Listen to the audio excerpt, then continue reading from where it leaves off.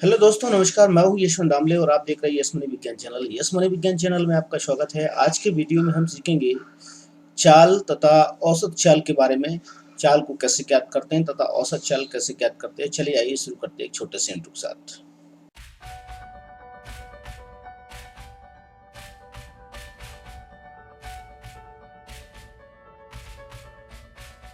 ये देखेंगे हम चाल किसे कहते हैं। तो चाल की परिभाषा यहाँ पर दी गई है, आप समझ पा रहे होंगे। चाल की परिभाषा यहाँ पर आपके सामने है कि किसी वस्तु द्वारा निश्चित समय में तय की गई दूरी वस्तु की चाल कहलाती है। अर्थात निश्चित समय में तय की गई दूरी ही वस्तु की चाल कहलाएगी। अर्थात चाल को हम उसके निश्चित समय में जो भी दूरी तय करेगी उसके आधार पर कैलकुलेट कर सकते हैं। जैसे कि पहली वस्तु के बारे में बात कर रहे हैं तो फर्स्ट यहाँ पर दिया गया है। पहली वस्तु अर्थात यहाँ पर कार है, ड्रॉ की गई है। ये मान लीजिए कि 40 घंटे की रफ्तार से गति करती है। ये मान लीजिए 50 किलोमीटर घंटे की रफ्तार से गति कर रही है और ये मानेंगे 60 किलोमीटर घंटे की रफ्तार से गति कर रही है। ये इनकी क्या है? चाल है। किसी वस्तु द्वारा तय समय में की गई दूरी है, चाल कहलाती है। निश्चित समय में तय की गई दूरी क्या कहलाएगी? चाल कहलाएगी। इसकी सहायता से हम वास्तव में क्या कर सकते हैं, ये किलोमीटर घंटा जो निकल कर आ रहा है तो यहाँ पे हमने लिखा है केवल 40 किलोमीटर, 50 किलोमीटर, 60 किलोमीटर। अगर हम इनमें घंटे ना माने साथ में और हम इसे लिख दें कि ये किलोमीटर में दूरी कितनी है, 40 किलोमीटर दूरी तय करना है, ठीक है। इसे 50 किलोमीटर दूरी तय करना है, इसे 60 किलोमीटर दूरी तय करना है। सभी को अलग अलग दूरियां तय करना है। हमने जो मान लिया है कि वस्तु सेकंड है, उसे 50 किलोमीटर की दूरी तय करना है। वस्तु थर्ड है, उसे 60 किलोमीटर की दूरी तय करना है और वस्तु फर्स्ट है, उसे 40 किलोमीटर की दूरी तय करना है। इस प्रकार से तीन वस्तुएं हमारे सामने हैं और तीनों को अलग अलग दूरियां तय करना है। तो हम चाल का सूत्र लिखकर उसकी चाल को ज्ञात कर सकते हैं। अब चाल का सूत्र क्या है? तो चाल का सूत्र होगा, यहाँ पर आप देख पाएंगे चाल का सूत्र रहेगा चाल बराबर दूरी बटे समय। ये सूत्र है इसका और इसी की सहायता से हम इसे ज्ञात कर सकते हैं। चाल बराबर दूरी बटे समय। चाल बराबर दूरी बटे समय के आधार पर हम इन्हें कैलकुलेट कर सकते हैं, इन सूत्र को ज्ञात कर सकते हैं। दूरी के मान को हम ऊपर लिखेंगे और समय को नीचे लिखेंगे। अब हमें ये ध्यान रखना है कि 40 किलोमीटर की दूरी तय करने में कितना समय लगा, 60 किलोमीटर की दूरी तय करने में कितना समय लगा और 50 किलोमीटर की दूरी तय करने में कितना समय लगा। तो ये सारे मान हमें नोटिस करना है, देखना है। तो चलिए हम यहाँ देखते हैं। यह पहली कार, ठीक ना, नंबर 1 की कार है, 40 किलोमीटर चल रही है और 40 किलोमीटर चलने में मान लीजिए इसे समय लगा है 60 मिनट का समय इसमें लगा है, यहाँ पर हमने मान लिया है। दूसरी कार जिससे कि 50 किलोमीटर की दूरी तय करना है, तो 50 किलोमीटर की दूरी तय करने में हम इसे मान लेते हैं, चलिए, कि इसे जो समय लगा है वह समय वास्तव में देखा जाए तो इसे 65 मिनट का समय लगा है, ऐसा हम मान के चलते हैं। तीसरी वस्तु जो कि 60 किलोमीटर चलेगी और 60 किलोमीटर चलने में उसे हम मान के चलते हैं कि 70 मिनट का समय लगा है। ये समय दे दिया हमने, ये दूरी दे दी। तो ये तो दूरी हो गई, ये तय की गई दूरियां हैं, ठीक है, तय की गई दूरी है और यहाँ पर दिया गया है समय।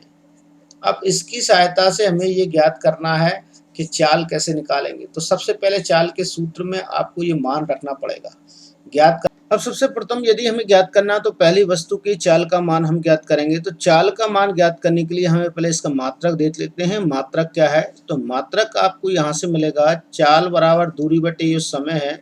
तो चाल का मान, दूरी का जो मान होता है वो मापा जाता है मीटर में। किस में मापा जाएगा? मीटर में मापा जाएगा। आपको ये नोटिस करना है, ध्यान रखना है।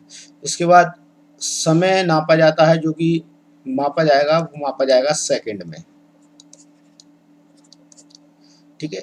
तो इसका जो इकाई होगी वो हो जाएगी चाल की इकाई। यहाँ पर हम देखेंगे मीटर प्रति सेकंड चाल की इकाई हो जाएगी। चाल की इकाई क्या हो जाएगी?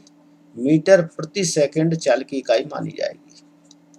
तो चाल की एक ये इकाई है, मानक इकाई जो कि चलती है ऐसा इकाई में मीटर प्रति सेकंड है, ठीक है। और इकाइयाँ भी हैं, इन्हें आप ले सकते हैं, ठीक। यहाँ से आप और इकाई भी यूज़ करते हैं, सेंटीमीटर प्रति सेकंड भी इसे ले सकते हो, सेंटीमीटर में है चाल तो सेंटीमीटर प्रति सेकंड ले सकते हैं।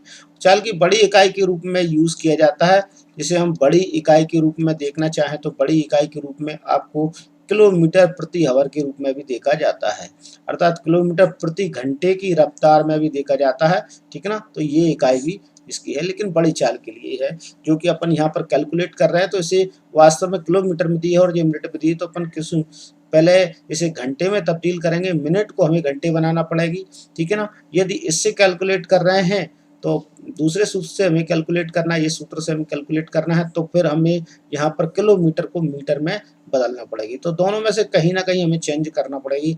तो हम एक काम करते हैं, हम यहाँ पर बात कर लेते हैं कि किलोमीटर को मीटर में चेंज करते हैं और जो वास्तविक उसका माप है उसके आधार पर उसे मापने का प्रयास करेंगे। तो सबसे पहले हम यहाँ पर किलोमीटर को मीटर में चेंज करेंगे। तो किलोमीटर को मीटर में चेंज करने का तरीका क्या है, किलोमीटर को मीटर में चेंज कैसे करते हैं, तो यहाँ पर हम देख लेते हैं किलोमीटर को मीटर में कैसे चेंज करें। देखेंगे किलोमीटर को मीटर में चेंज करना किस प्रकार से होता है, किलोमीटर को मीटर में किस प्रकार से चेंज कर पाएंगे, ये हमें देखना है। किलोमीटर एक बड़ी इकाई है और मीटर एक छोटी इकाई है, तो हम यह पता होना चाहिए कि 1 किलोमीटर में कितने मीटर होते हैं, तो ये हमें जानकारी होना चाहिए। तो इसके लिए 1 किलोमीटर में हम देखते हैं 1 किलोमीटर बराबर होता है 1000 मीटर। तो यहाँ पर ये अगर जानकारी है आपको तो आप कर सकते हैं इसे चेंज, ठीक है ना। तो जो भी किलोमीटर है उसमें आपको 1000 से मल्टीप्लाई करना है। तो जैसे 40 किलोमीटर दिया है पहली वस्तु का, यहाँ पर 40 किलोमीटर दिया है, तो 40 किलोमीटर में आपको 1000 से मल्टीप्लाई करना पड़ेगा और ये आपका आंसर आ जाएगा, ये हो जाएगा 40,000 मीटर, ठीक ना। कितने मीटर हो जाएगा, 40,000 मीटर, ठीक। नेक्स्ट में सेकंड में है 50 किलोमीटर दिया गया है, तो 50 किलोमीटर को आपको मीटर बदलना है, तो आपको यहाँ पर यहाँ लिखना पड़ेगा, ठीक। 1000 से मल्टीप्लाई करना पड़ेगा, ये हो गया 50,000 मीटर। इस प्रकार से ये मीटर में चेंज हो जाएंगे। तीसरा है, तीसरी वस्तु 60 किलोमीटर है, तो ये 60 में आपको 1000 से गुणा करना पड़ेगा, तो ये हो जाएगा आपका 60,000 मीटर, ठीक।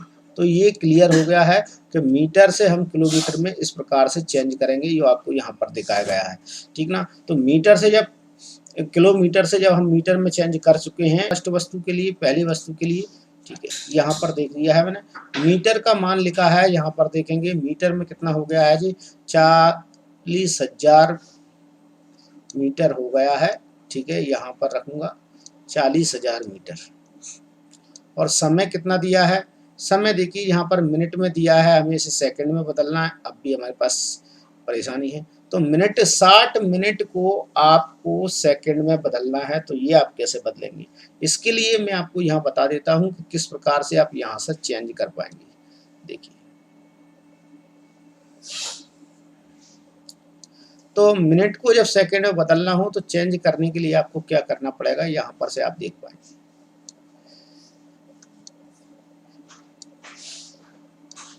देखिए, आपको मिनट को सेकंड में बदलना है तो क्या करना है, मिनट बराबर आपको चेंज करना है सेकंड। अब आप मिनट को जब सेकंड में बदलेंगे तो आपको ये पता होना चाहिए कि 1 मिनट में कितने सेकंड होते हैं। तो भाई हम जानते हैं कि 1 मिनट में 60 सेकंड होते हैं। कितने सेकंड होते हैं, 60 सेकंड होते हैं 1 मिनट में। तो यहाँ पर 60 मिनट है, उसमें आप 60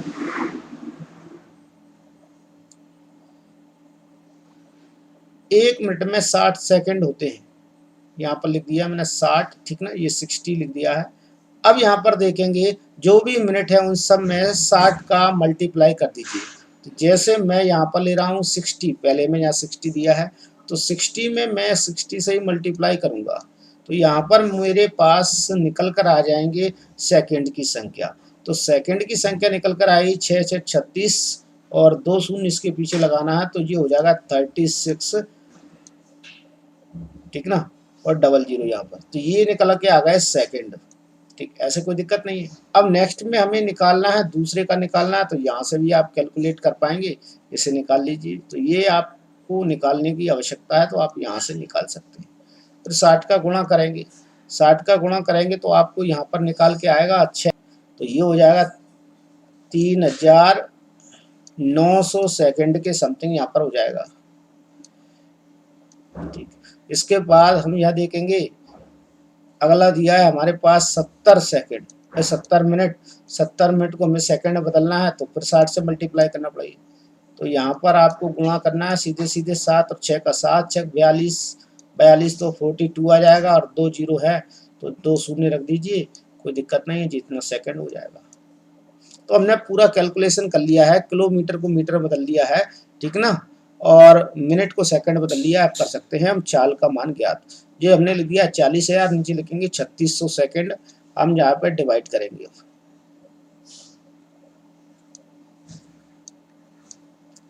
सबसे पहले 2 शून्य से 2 शून्य हम काट देते हैं, ये देखिए हट जाएंगी ये। अब हमारे पास 36 बचा है, 36 का भाग लगाएंगे हम किसमें, 400 में। 400 में आप 36 का भाग लगाएंगे तो कितना आंसर आता है, 400 में जब आप 36 का भाग लगाएंगे तब आपको आंसर प्राप्त होगा। यहाँ पर आप देखेंगे एक ही बार जाएगा यहाँ पर, तो यहाँ पर 11 दशमलव, यहाँ पर दिख रहा होगा 11.11 यहाँ पर आंसर आता, तो ये इसकी चाल कहलाएगी। और ये क्या है, चाल इसकी मीटर प्रति सेकंड में निकल कर आती है, तो मीटर प्रति सेकंड में ये इसका आंसर निकल कर आता है।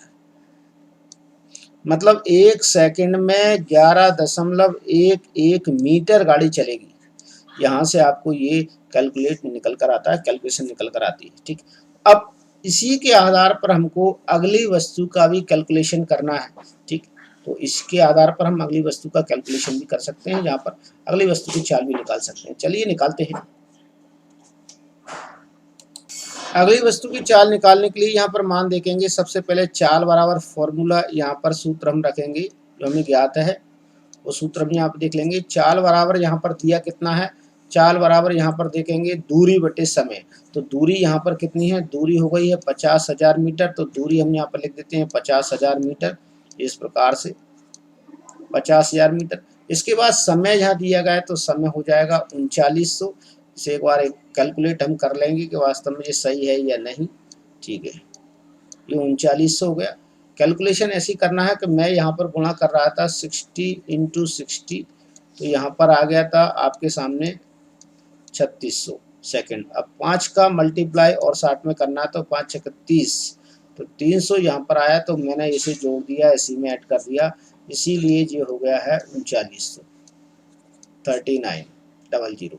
अब यहाँ से इन्हें अपन काट देते हैं, क्रॉस करते हैं, तो यहाँ देखेंगे हम, देखिए भाग देते हैं तो 0 से 0 कैंसिल आउट हो जाएगा। ठीक ना, अब यहाँ पर हमारे पास 500 बचा, 500 में हमें लगाना है 39 का भाग लगाना है 500 में। चलिए, जब 500 में आप 39 का भाग लगाएंगे तो आपके पास आंसर निकल कर आएगा चाल बराबर, यहाँ लिख देता हूं मैं, चाल बराबर 12 दशमलव, जिसे हम बोलते हैं 82, पीछे इकाई हमको लिखना है मीटर प्रति सेकंड, इकाई हमें लिखना है, तो मीटर प्रति सेकंड ये इकाई लिख दिया है। तो ये मान निकल कर आया है।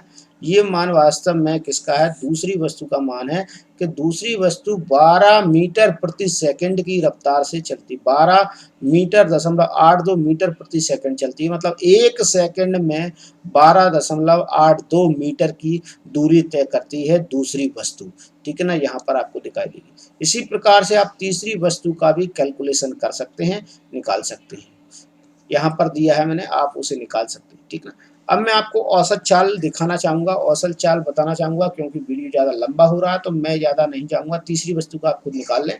औसत चाल मैं आपको दिखाने जा रहा हूँ। तो औसत चाल है क्या, औसत चाल में जो वस्तुएं, मानकर चलें कि ये वस्तु, दो वस्तुएं ना होकर एक ही वस्तु है, एक वस्तु, ठीक ना, कुछ समय में 60 मिनट तक 40 किलोमीटर की रफ्तार में चल रही है, और दूसरे 65 मिनट में ये 50 किलोमीटर की रफ्तार पर चलती है।